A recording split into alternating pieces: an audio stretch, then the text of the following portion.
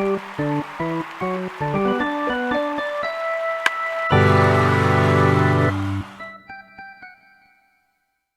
Mother. This is Half Mental, the show that's 90% baseball and the other half mental. I'm Holt. And I'm Dan. We're going to go over the first month of the season and talk about a little bit of off-season stuff to get you going for the rest of the baseball season. So, it's pretty easy to start with the miserable winter. Yeah. That had no baseball and had Cubs fans popping up everywhere. Yeah. Done it before. Here's the 0-1. This is going to be a tough play. The Cubs win the World Series. Brian makes the play. It's over. And the Cubs have finally won it all. I mean, obviously you're a Cardinals fan. I'm a Cardinal fan. I think it's nice for other National League Central teams to enjoy success every once in a while. It's good for the sport, right? Okay. Typical Cardinals fan. I mean, obviously, I guess it's great that they wiped the curse away. But it's also kind of annoying because all you hear about with the Cubs is like, oh, well, they're cursed. Oh, well, they're cursed. And then all of a sudden it's like, now everyone just loves them and there's no curse. And maybe they're going to win. They might win. Yeah, the next couple win. Years. They might win the next 5 World Series. Yeah. But what I told the Cub fan in my life right after the Cubs won the World Series is that now you're just like everybody else, which means everybody gets to hate you now. Right. Nobody was allowed to hate the Cubs before. I thought The Cardinals didn't win a World Series until I was like 19, which doesn't sound like a long time, but it was my lifetime, right? I hadn't enjoyed a World Series as a Cardinal fan. We then had a huge run of success, and now the Cardinals are like one of the top villains in Major League Baseball. It happens really quickly, and it happened to Red Sox fans really quickly. It happened to Cardinal fans pretty quickly. And my guess is by 2019 it's happening to Cubs fans. Did you watch any of the Cubs-Red Sox series? No. This past week? I did not. Fenway was full of Cubs fans. It was louder on the Cubs side of things, which is honestly, since I think if we were making a Venn diagram of Red Sox and Cubs fans, I think they'd be pretty well overlapped. I didn't hear... You went to school in Boston. Mm-hmm. I didn't know any Red Sox fans until the Red Sox won the World Series. That's true. And I didn't see any W flags flying outside of people's porches until the Cubs won the World Series. True. So that's what I always think is hilarious with this stuff. Right. Is that you're going to start seeing a lot of pink Cubs hats and a lot of brand new Cubs hats and a lot of hoodies with 2016 and a lot of World really Series champs old looking Cubs stuff that's brand new. Yeah. Real quick on the Cubs. Who's your least and your favorite Cub? Ideally from that core. Who's my least favorite Cub and who's my most favorite Cub? Yeah. Okay. My least favorite Cub is... I'm gonna go with the World Series roster. Okay. David Ross took less than 300 at-bats as a Cub, I'm pretty sure. Yeah. He's now writing a book. Right. He's on Dancing with the Stars, and he's like Grandpa Rossi on Twitter, all because of Rizzo and Bryant. And that actually bugs me more than anything else on the Cubs. That's a good point. Didn't he hit a home run in Game 7 though? Yes, he had a very good World Series. Yeah. And Lackey's the angriest person. Yeah. I saw him, he imploded against Boston, I'm pretty sure, and threw a tantrum on the mound. And it's like Game 24, you know? Yeah. Favorite, I mean, I can't hate Chris Bryant. Right. He's too good, I think, to hold much against him, and he doesn't do anything. Yeah. Let's say your least favorite Cub on the count of 3.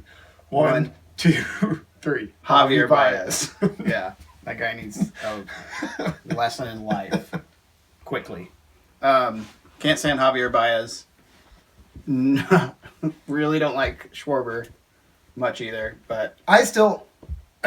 Schwarber's hilarious because everyone's still convinced he's the player he was in the World Series. When I think he batted like 600 or something with power. Right.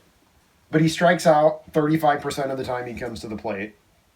And he gets into one every once in a while. Yeah. But he can't play defense. No. He's their third string catcher. That's his most valuable defensive position. I don't think I still have ever seen him play catcher. I don't know that he has in the last couple of years. Favorite Cub is probably Anthony Rizzo. Yeah. I like him. But that's already way too much time spent talking about the Cubs, who I strongly dislike. Like you said, yeah, I hate them now. Yeah, just like that. In April, we're still at a point where anything could happen. Yeah, the Nationals, who look lights out, could implode. The Nationals are in the funny spot of being both favorites prior to the season and being surprisingly good still. Right. One of those teams that can be great and then everything goes right. You're getting a better version of Bryce Harper than you've ever seen before. And I'm going to talk about Bryce Harper so much. I think just launch into it. Because he is looking like the Bryce Harper that... Of our dreams. Maybe, he's the Bryce Harper of our dreams, right? Exceeding the Bryce Harper that everyone thought he would be. So 2015 brought us what everyone thought was great Bryce Harper. Grace Harper? Grace Harper. And then I think everyone was really glad to see him have not a great 2016. He's a difficult person to love, but once you start, it's hard to go back on it. You kind of got me onto him because I was a hater for sure. But yeah, 32 runs scored? Yeah, he scored 32 runs in the month of April. And that's a record. New record. That's crazy. That doesn't seem like that many to me. I mean, it's a run a game. It's a lot. Or it's a run a day. It's more than a run a day. It's more than a run. And they get days off every once in a while. Yeah. That's pretty clutch. Yeah, I think people just failed to realize how young Bryce Harper is still. His down year was following his MVP season. That down year was played in the same season that Chris Bryant won Rookie of the Year, and they're the same age. They played Little League at the same time, right? Isn't that the story? Or tournaments together, or whatever. Yeah. So did they grow up like in the same town or something? Yeah, something like that. So they're the same, essentially the same age. Right. But Harper's put in like Harper 2 or 3 Harper years. was having in his what I believe was his 4th season, and everyone thought he was no good after an MVP season. Yeah. While Chris Bryant was winning Rookie of the Year. I think last season was the first time that Bryce Harper ever faced a pitcher that was younger than him. Oh yeah, that is in Major crazy. League Baseball, which is one of my favorite. Do you know how many years and he was at that point? Last year was his 4th year. Yeah, that's crazy. This is his 5th season. Because he'll play 2018 and then he'll be a free agent. What do you think his contract is going to look like? Like, do you think he'll get $500 million?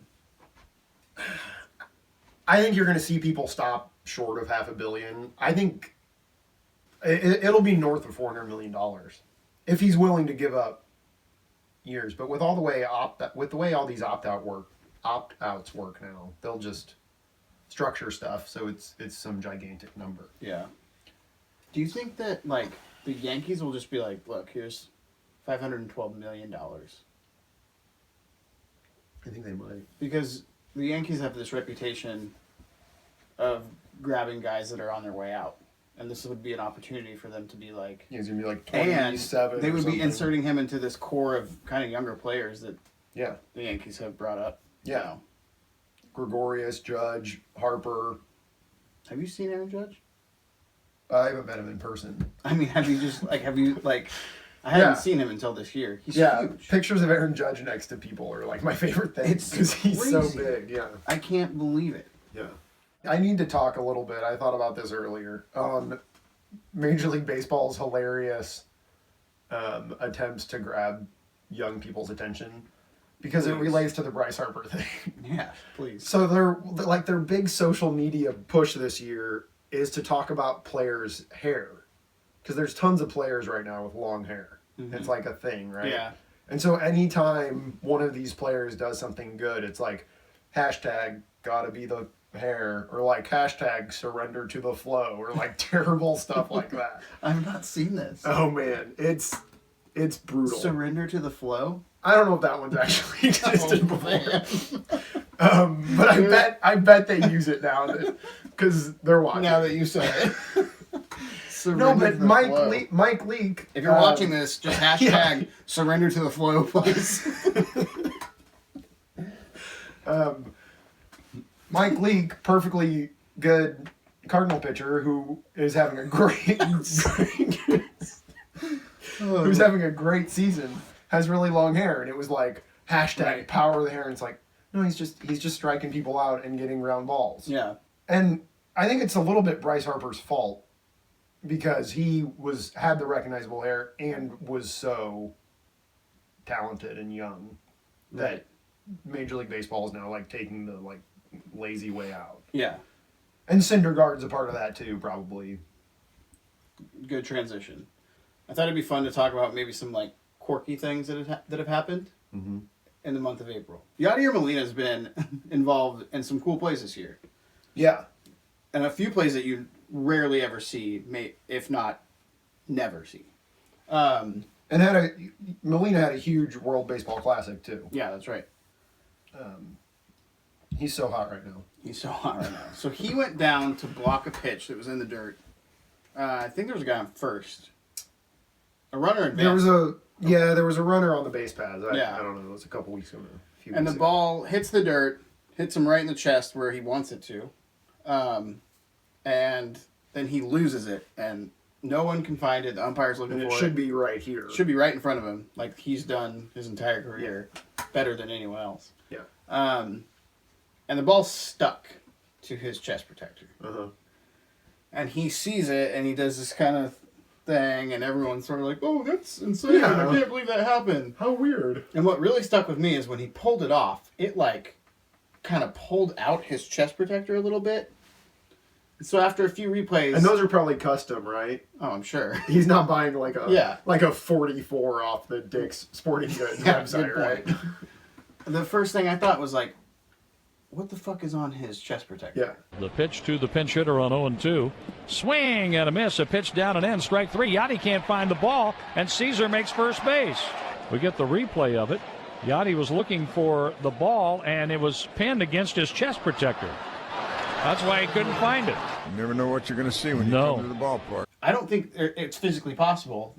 I kept like getting really into it. I was like, maybe the seam of the ball threaded itself. It's Planck's constant, right? Yeah. Anything can happen at any given time. Right. Yeah. But he clearly has a crazy amount of pine tar. Maybe some sort of like, what do they use? Sunscreen and... Oh, yeah. Sunscreen and rosin. And the rosin, yeah. And it was funny the way it was handled because I don't know if you saw the post-game interview with Yadi, but they're like, what's going on with that ball that stuck? And he's like, I don't know, right? It's crazy. I've never seen anything like that. And then the next question was like, is there anything that would have been on your chest protector that would have made it stick? And he's like, that's a stupid question. Next question. Like, just immediately, like, everyone just got real scared, and he shut it down. And what happened? I don't know. I brought the ball, and the ball's taken my chest. I don't know how.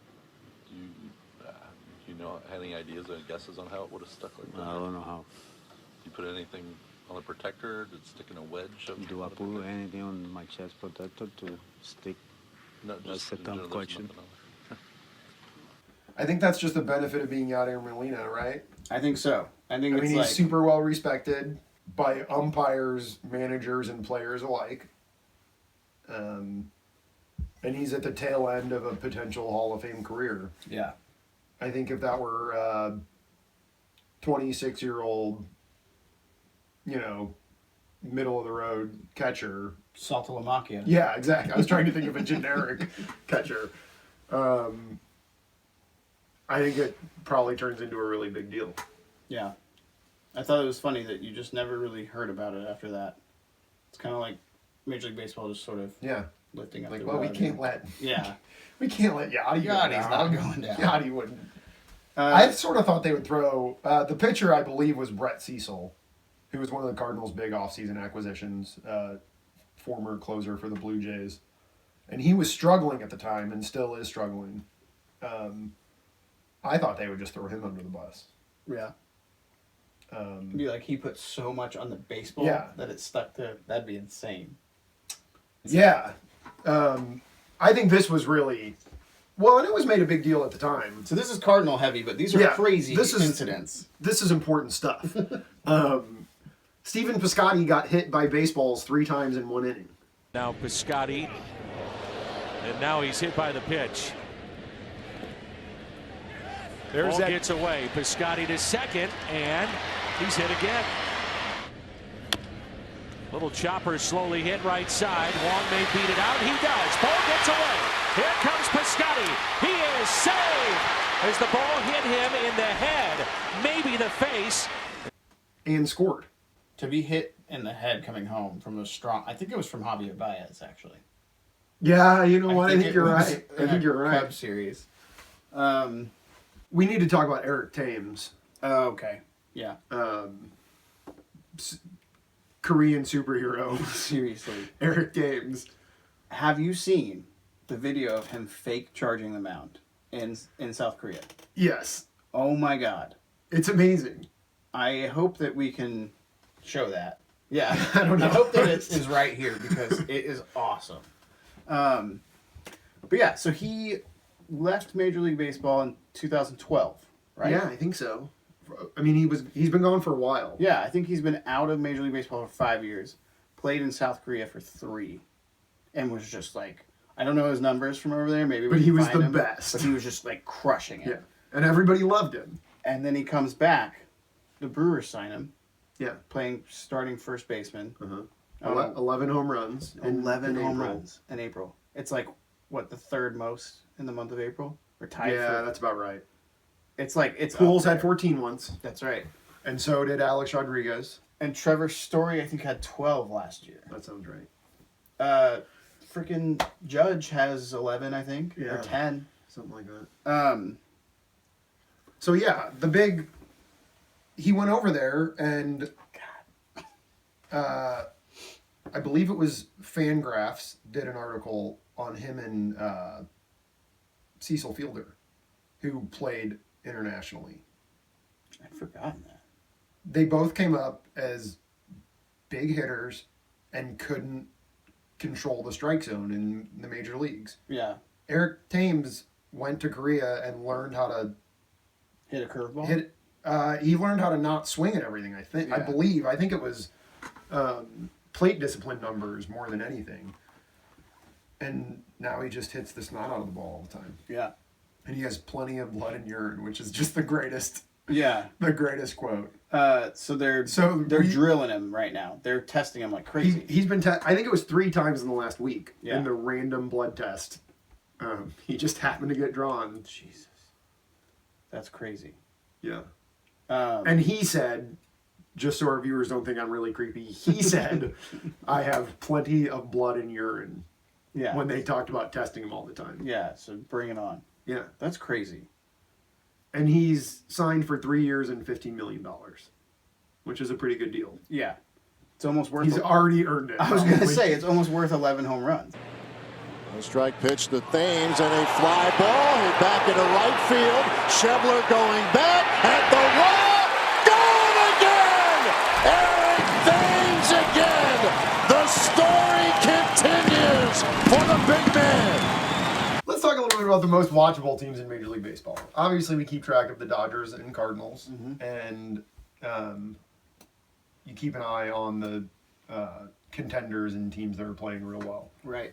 What teams do you watch that are not going to make the postseason, but you try to watch, or you watch their games when you have the chance?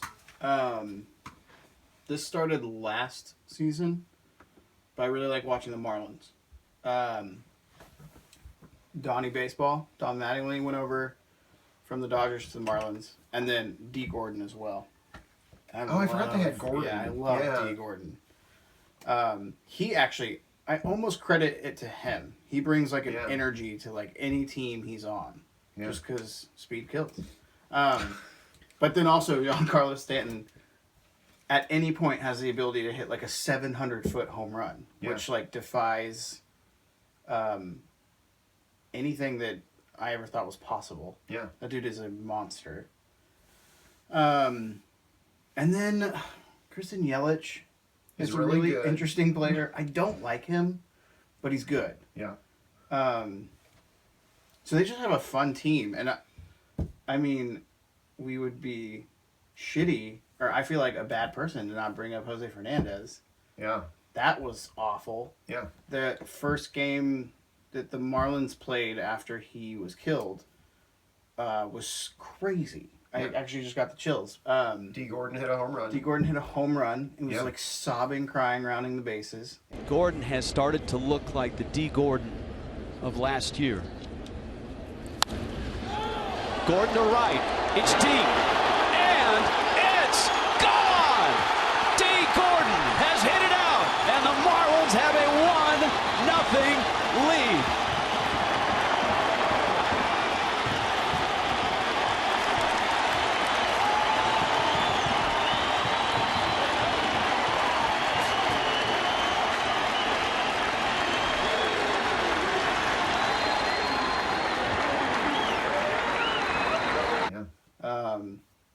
That game was awesome. It didn't start my Marlins thing, but I was kind of keeping my eye on them. And Fernandez and Puig used to have a hilarious like friendship and back and forth banter during games. So it was kind of like when the Dodgers would play the Marlins, it was kind of a little more like lighthearted. Yeah. Just like almost felt like Sandlot baseball in a way. Yeah. So yeah, I keep my eye on the Marlins, which is so weird. I found myself watching more Braves games probably than I ever have or will again. Does it have to do with your stadium?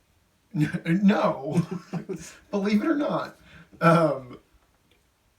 I'll watch Bartolo Colon play baseball until the day he dies. Good one. But they've also got some really good players, right? Freddie Freeman is a top first baseman, still very young on a good contract for the Braves. Ender Enciarte plays great defense, really fun to watch. Who's their like hotshot young guy? I don't know. I can picture his face in my head. I thought I just named Freddie Freeman and Ender Enciarte. You did. They also signed Brandon Phillips, right? Wasn't he like a late season or traded for him? They traded Phillips for him. And they have... sorry, this is... You're good, go ahead. No. They have Matt Kemp. Yes, they do have Matt Kemp. Who I sort of have a soft spot for. Yeah. So Brandon Phillips and Matt Kemp make up, like, old bad baseball players that are still pretty fun to watch. Yeah. I don't want them on any team that I want to win baseball games. And R.A. Dickey probably belongs a little bit in this conversation. Oh my God, I forgot. Bartolo Colon is still throwing baseballs. R.A. Dickey's not very good anymore. No. But he's a fun guy to watch play baseball. I heard a stat the other day that you're going to love. Okay, Julio Urias from the Los Angeles Dodgers started... now 20, right? 20. And then Cody Bellinger was in left field, and he's 22. I sent you this stat. Did you really? Yes. I'm sorry. Can I finish it? Yeah, please. Their combined age is like 43 years old, right? 42 and some odd days. 180 days. Yeah, which is less than Bartolo Colon. Yeah. So their combined age was 42. Bartolo's what, like 44 or something? Yeah, I'm not even sure what his age is. I cannot find this guy that I'm talking about. Oh, we have to go back to the Marlins, because the other great reason to watch the Marlins is their old guy who keeps playing baseball well. Ichiro Suzuki. Who's amazing. Did you see when he hit a home run in Seattle? Yeah. That was like one of those moments where I was like texting and crying a friend being like, oh man, baseball. This is what baseball's all about. That was nuts. Yeah. Dansby Swanson. Oh, yeah, old Dansby. Yeah. Great baseball name. Yeah. I'm going to have a hard time rooting for Dansby Swanson in the long term. Why's that? Because the Cardinals traded Shelby Miller to the Braves for Jason Hayward, which was a successful trade, but then Shelby Miller was then traded for Dansby Swanson. Okay. So, through the transitive property of trades, if we could have traded Shelby Miller and gotten Dansby Swanson, that would have been much better. Pretty cool. Yeah. Okay, let's do this. This is like, I think this might be a stretch here, but I want to try it. Okay. Can we rattle off, like pretty quickly, kind of back and forth, rattle off some of our favorite things that have happened in the month of April?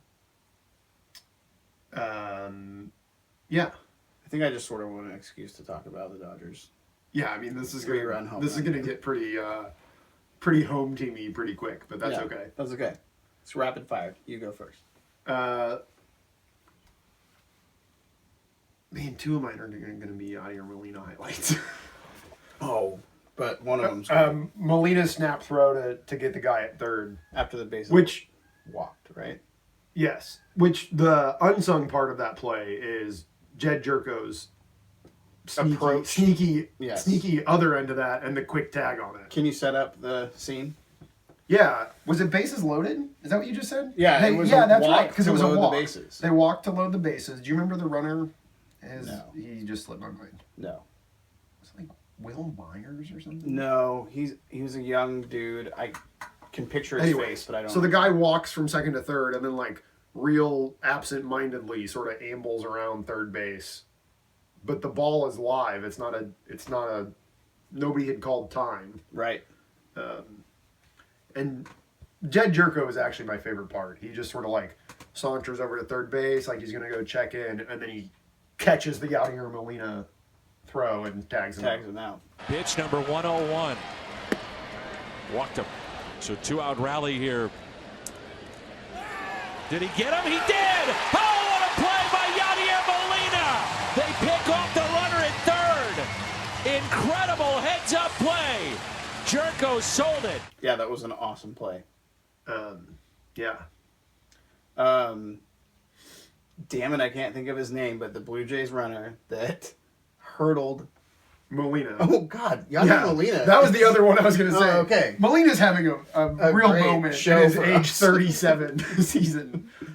Yeah, that was Chris No, that's Copeland? Doesn't matter. Yeah, so he Molina- decides to try to hurdle, or not even hurdle. Yeah, Superman. Superman over Molina. And Molina, the throw was there. The ball was there in time. The only reason Molina didn't tag him out is because when somebody throws their body at you, the first reaction is to go like that. And so he made it over him. Yeah. Lar hits it high and deep to right. Piscotty back on the track at the wall. It's over his glove off the wall. Coughlin is headed for third. They're going to wave him home. Here's the throw from Piscotty to home plate. And Molina didn't tag him. I don't think I've seen similar plays, but I don't think I've never seen anything that quite dramatic. like that. Saturday night, Dodgers down 5-2 in the bottom of the ninth. Yeah. Puig, Bellinger, Turner. Yeah. First three batters due up in the ninth. Puig solo home run. Yeah. Bellinger solo home run. Turner was actually a pinch hitter. Yeah. Solo home run. Dodgers with an uphill climb here, down 5-2. Puig, Bellinger, and then likely Justin Turner. Swing and a hammered ball to left center field. Puig leads off the ninth with a homer. So it's 5-3. The Dodgers have a pulse. And Cody Bellinger, who homered in his last at-bat, with a fly ball deep down the right field line, and it is gone. Bellinger with his second home run of the night. The second home run of his career. Now Justin Turner. Swing and a drive. Absolute madness. And it's back to back to back. To tie the game. And then it was Toll single. Somebody got out. Seager single. And Gonzalez like shitty chopper that was misplayed to win the game. That was so back to back home runs, and then three singles to walk off the game. Yeah, that was That was the highlight of April for me. As a Dodgers fan, and we needed a little fucking boost, and we finally put something together. That was a big one. Did you see? Yes, I'm so glad I thought of this. Did you see the Machado Pedroia No thing? You mentioned this to me, and I don't know about it. Okay. Manny Machado was advancing to second on a routine ground ball. Oh, this. Yeah. He had a late slide, ended up spiking Pedroia pretty hard. Pedroia came out of the game. Yes. The next day, Pedroia remained on the bench for the next game. So the next game, it's still Red Sox versus Orioles. Red Sox pitcher throws like 3 pitches up in Machado's business. Then he throws one that is behind him and hits his bat. Yeah. So it's actually a foul ball, which sucks despite the fact that the pitcher was headhunting. I mean, it just sucks for Machado that like he was being targeted, but he also got a strike against him. But then he hit a home run that at bat, right? No. I mean, He hit a home run in that game. I don't think he hit a home run that at bat because the pitcher ends up getting kicked. He got kicked out of the game after that pitch. Yeah. And Machado is... That's what happens when you try to kill someone with a baseball. Exactly. Is you get kicked out of the baseball game. Machado goes back to like stretch, but he's pit, like you can tell he's fuming. He should be. He, like literally, like you just said, could be killed by what just happened. Yeah. 98-mile-an-hour baseball flying by his head. Yeah. Meanwhile, Pedroia is on the bench saying, like, trying to get Manny's. So you didn't see this? I didn't see Pedroia's. Okay. I heard Pedroia's comments. I didn't see his. So he's trying to get Manny's attention, and he's like, "That wasn't me. Like, that's not how I play the game. I didn't ask anyone to do that. That wasn't me. That's not on me." And then they like did their thing, and they were all good. I think you oversold Machado's slide a little bit. He ran into Pedroia, but was immediately he like helped him a little bit as he gathered himself. He didn't. It was not a total takeout slide. He made contact with him. So you're saying, how does it compare to Chase Utley's slide? It's nowhere near Chase Utley's slide. That's a reference to the Chase Utley slide that broke somebody's leg, right? Snapped it in half like yeah. It's hard to know baseball. Who was that? I don't know. He doesn't play anymore. I don't know. He walks with a limp, so it's hard to say. No, Machado just had a bad slide. Yeah. Hit Pedroia and felt bad about it immediately. See, so what's the line here? Like, it's intent, right? Utley has a bad slide and he breaks someone's leg. Utley was trying to hurt that person. But that's like 2 years ago, so we really shouldn't rehash that. But it was an interesting thing to see Dustin Pedroia say, "That's not me, that's not how I play the game." Yeah. While his teammate's being kicked out, who was supposedly protecting Pedroia. Yeah. It was a really weird, like, one of those, like... Well, because the pitchers, or somebody from the Red Sox afterwards said, too, like, well, Pedroia didn't tell us not to throw a baseball at him. Yeah. It's like, well, but just err on not throwing baseballs at people on purpose, right? Right. It's just such a weird, the, like, unspoken rules and, like, where those come into play. And how, like, all of a sudden Pedroia... I mean, that's a weird position for Pedroia to be in, because it's like, I would want to say the same thing he's saying. Like, yeah. Hey, I didn't have anything to do with that. But you have, like, a 30-man roster that's like... This is a 25-man roster. A 25-man roster. That, like, you should be on the same page. You know what I mean? Like, it's kind of like... Yeah, but shouldn't you go at, like, okay, I'm middle relief pitcher for the Boston Red Sox, because that's who this guy was. I don't even remember who How shitty it would be if Pedroia was like, yeah, throw at him, and then he was like, no, I'm just kidding. Right, that would be the worst. But if in your mind you're like, oh, I'm going to hit this guy, and Pedroia's going to think it's cool. I mean, that's basically the thought process of generic relief pitcher is, oh, Dustin Pedroia is going to think I'm really cool if I hit maybe Machado with a fastball. Which is a terrible thing to go through another human being's mind. Right? Well, why? Just hit him in the middle of the back. Don't hit people with baseballs.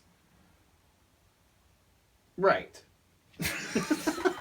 You don't believe that?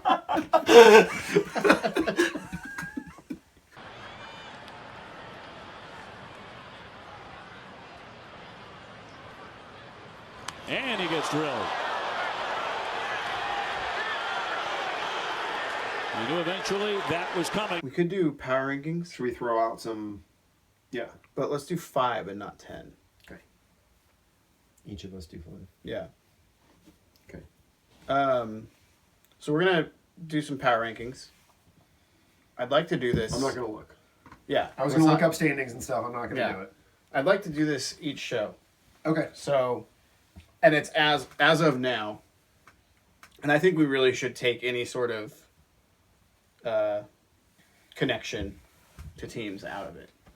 Oh yeah, the Cardinals are not in the top 5. Yeah, as of right now, and I don't think the Dodgers are either. Although the Dodgers would have been my preseason number 1, and they're not in the top 5 right now. No, the Dodgers should be in the top 5. The Dodgers should be in the top 3, but I don't think I'd even put them in the top 5. I think as of right now, I'd go the Nationals. You're going top down. Oh, I'm sorry. Oh, I want to go 5-1. Yeah, I mean that's more fun. Okay, that's harder though. I know. It feels like we should have prepped for 5-1. Let's just prep for a second, because I need to.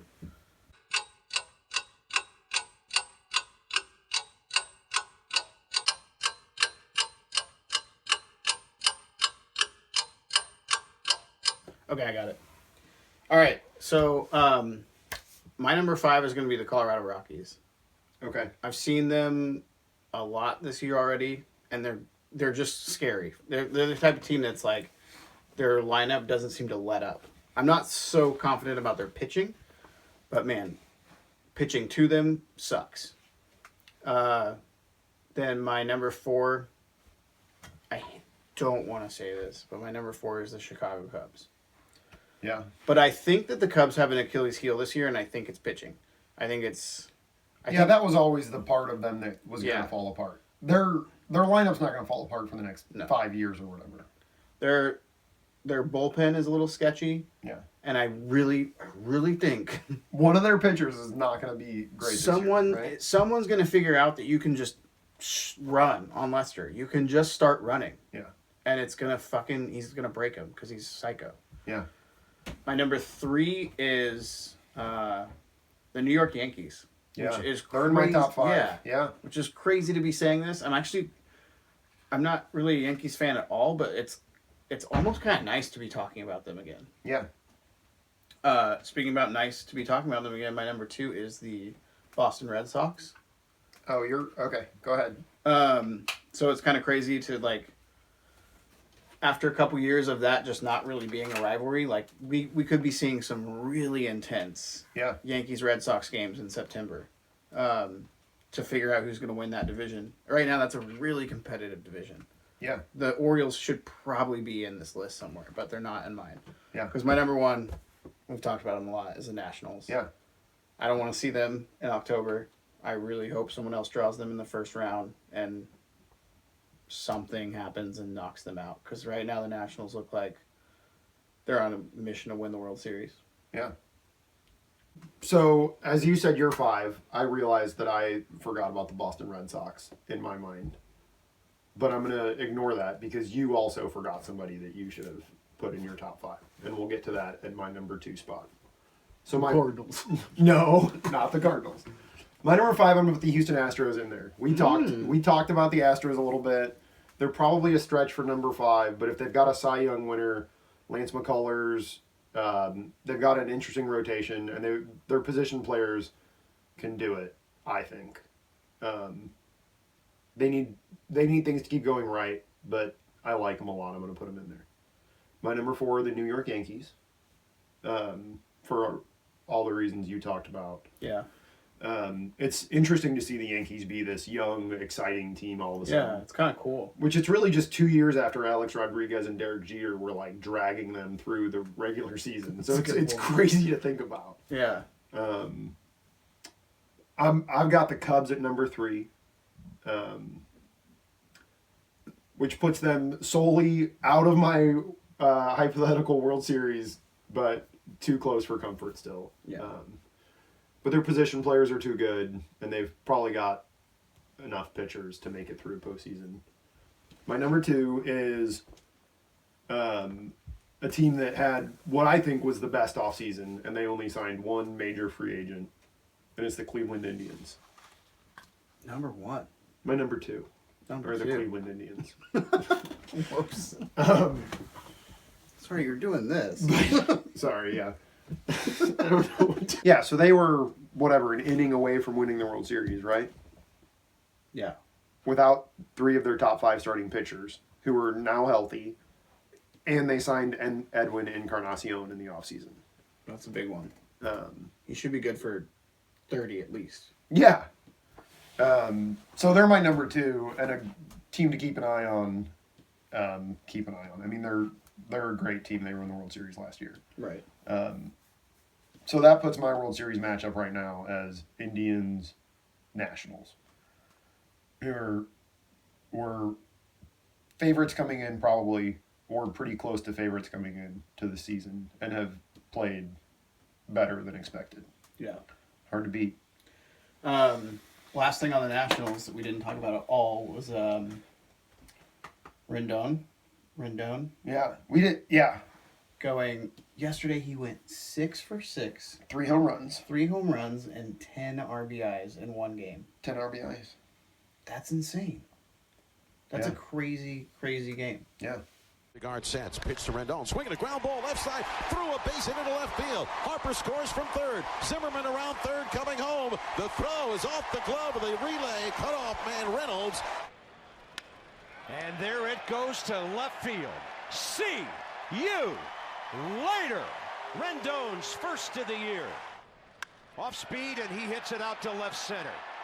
See you later. It's the Anthony Rendon day. It's 2-2 to Rendon. Way back. It is off the wall and in play. Unbelievable. 3-2 pitch. Rendon left field. He is 5 for 5 today. Here's the pitch. Swinging a long drive. Deep left field. Way back. This ball is gone. Goodbye. Gone. Goodbye. 6 for 6 in the game for Rendon. He's hit 3 home runs in the game. I'm sure it's one of the best hitting performances in one game ever. Yeah, I saw something. So there's a handful of guys that have had 10 RBIs, but they weren't 6 for 6. Like they were maybe 6 for 7 or something in an extra inning game. But Cardinal Jim Bottomley holds the record for a single game RBI with 12, which I learned. Interesting. Crazy. All right. This is Hello Mother. We are Half Mental. We're hoping to do this every month. See you next month. Yeah.